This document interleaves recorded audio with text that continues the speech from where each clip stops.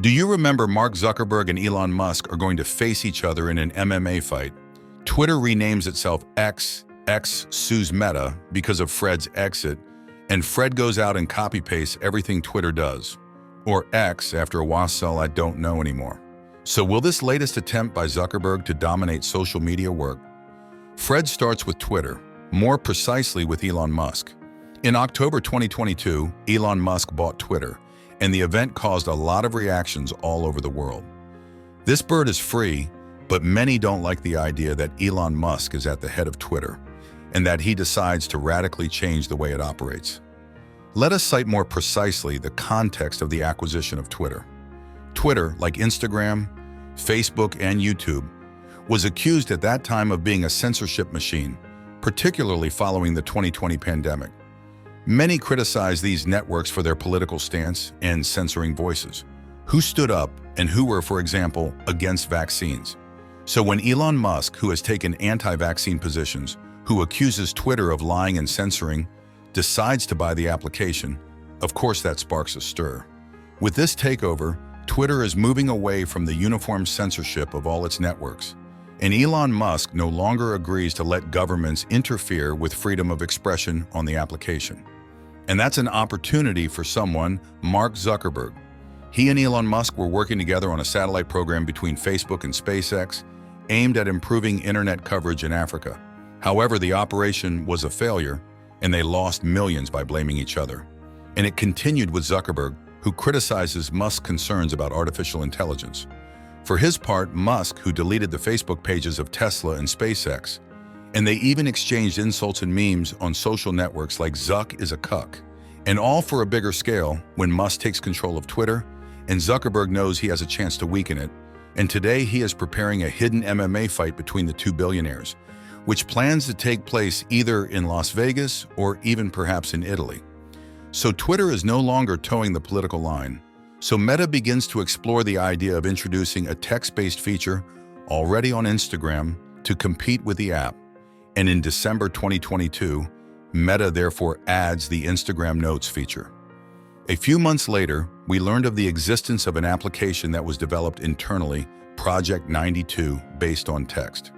This application is officially released on July 5, 2023, under the name Threads. Threads immediately attracted 30 million users in one day, becoming the fastest-growing platform in history, surpassing even ChatGPT, which had already broken the record.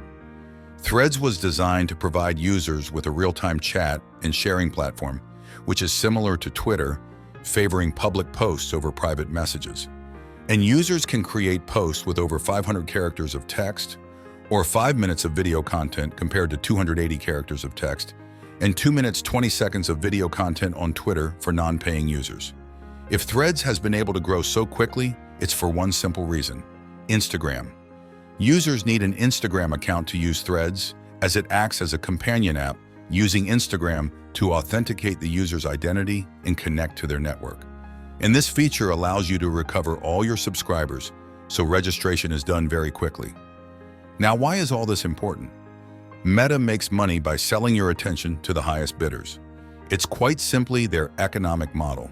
This is precisely why they acquired WhatsApp and Instagram. They even launched Slingshot and Poke to compete with Snapchat. And Mark Zuckerberg is doing what he's always done: copying. Copy what works in other applications: stories, reels, filters. It started as a single social network. Facebook now has the world's most used messaging app and the world's largest photo and video sharing app. And if today Zuckerberg attacks Twitter, it's simply to bury Elon Musk and Twitter. Renamed X because the app must surely no longer be part of the political and control cogs in which Zuckerberg belongs. This is also an opportunity for Zuckerberg. I will remind you of a sentence that I said in my video on WhatsApp. Meta is in the surveillance business. It is surely even the most powerful company in terms of mass surveillance. And that brings us to Fred's fundamental problem. Everyone knows how infamous Meta can be when it comes to user data. At the time of publishing this video, Fred is a one-way street.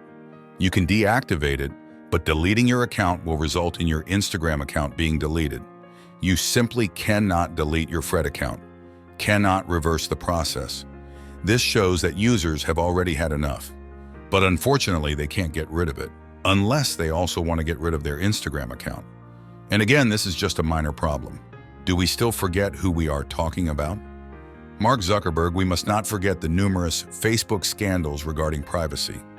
Facebook's name change to Meta could be seen as a rebranding effort after a series of privacy scandals. And the company's record when it comes to protecting personal data is far from impeccable. Be it data breaches, leaks, controversies over misuse of information. In short, it's been building up over the past few years, eroding public trust and raising questions about the company's ability to actually protect user information. As recently as May, they were fined the largest Facebook Meta mayor's house, ordered to pay a fine of 1.2 billion euros, a record in Europe. The group is accused of having violated the European General Regulation on the protection of personal data. In addition, the company has 5 months to stop any transfer of data to the United States. The information authorizes Meta to collect information on the user's health, financial information, location, search history, and we cannot go without mentioning sensitive infos for sensitive information and over data for everything that has not been highlighted. It's becoming totally ridiculous. And that's why they can't launch Threads in the European Union yet, because they didn't even manage to get approval from regulators. Yes, this isn't unique to Threads alone, but you risk giving away even more personal information to a company that already knows a lot about you.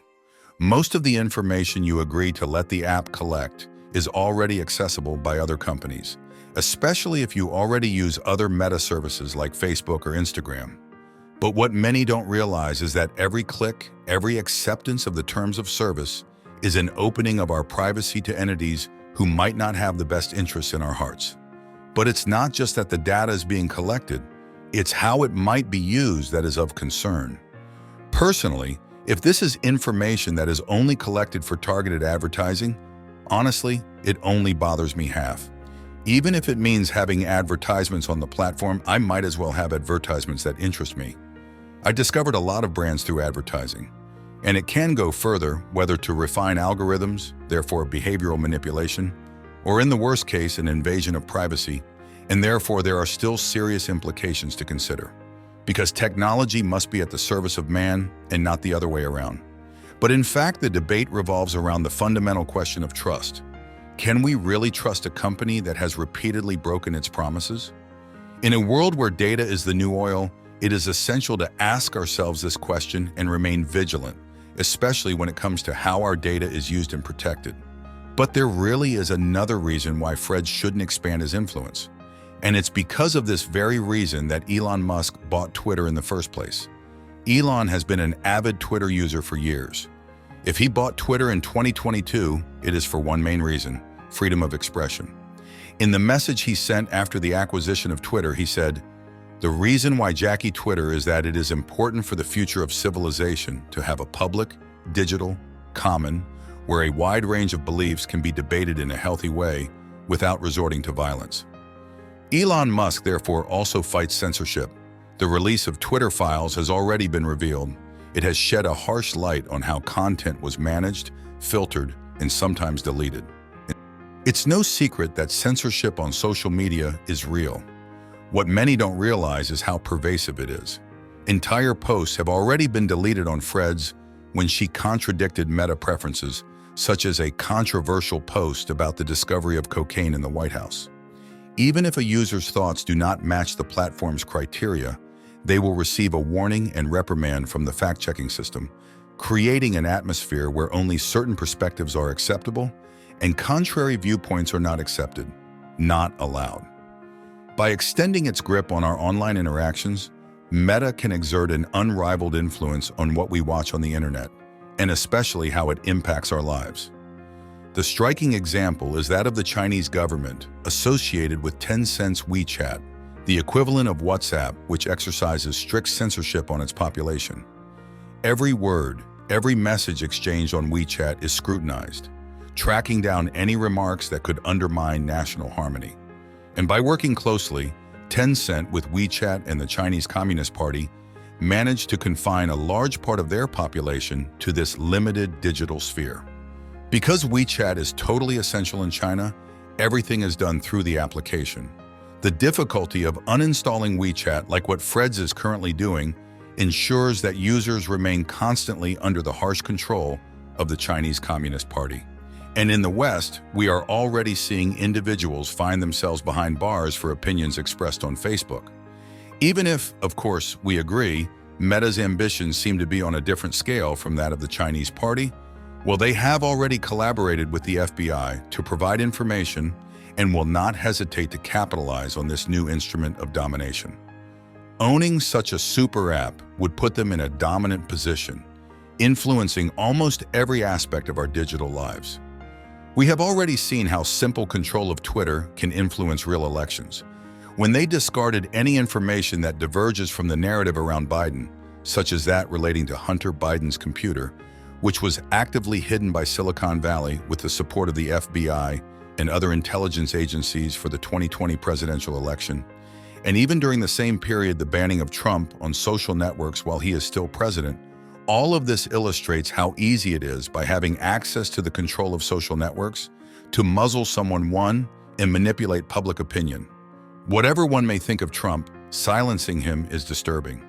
Meta has already banned it on all its platforms, and it is therefore logical that Freds does the same. An additional, less free, more censored, and more politically controlled application of social networks, allowing Meta to silence any political leader who says things that are incorrect and do not correspond to the narratives. Meta will treat Freds exactly like its other apps, removing any controversial content while pushing their own agenda. By using the catch-all term misinformation, Meta will continue to suppress material that needs to be discussed. The Hunter Biden laptop affair with pedophilia, or the theory of the origin of the virus in a Wuhan laboratory, are perfect examples. These controversial subjects, discussed in depth in certain circles, have often been sidelined under the umbrella of the fight against disinformation.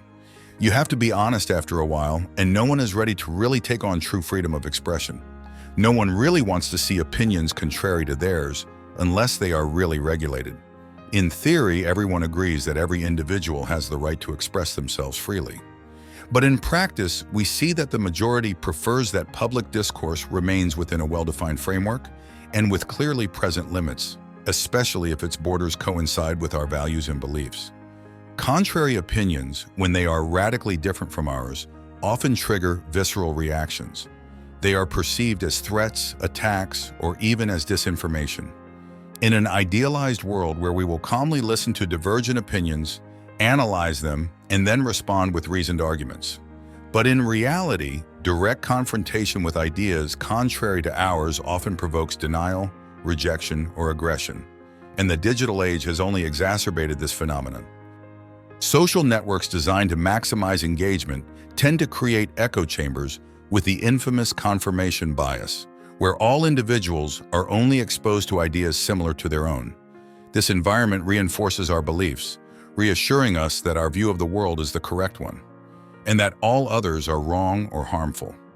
While there are certainly issues with Twitter and Elon Musk, obviously Twitter is arguably one of the last bastions of free speech in the world, and people are ready to watch it burn. When a single company can control the entire flow of information around the world, whoever controls the algorithms today can choose the president of tomorrow. Twitter, or now X, has a chance. Its user base, 350 million active users each month. It doesn't just disappear. Now that doesn't mean Elon's intention is entirely good either.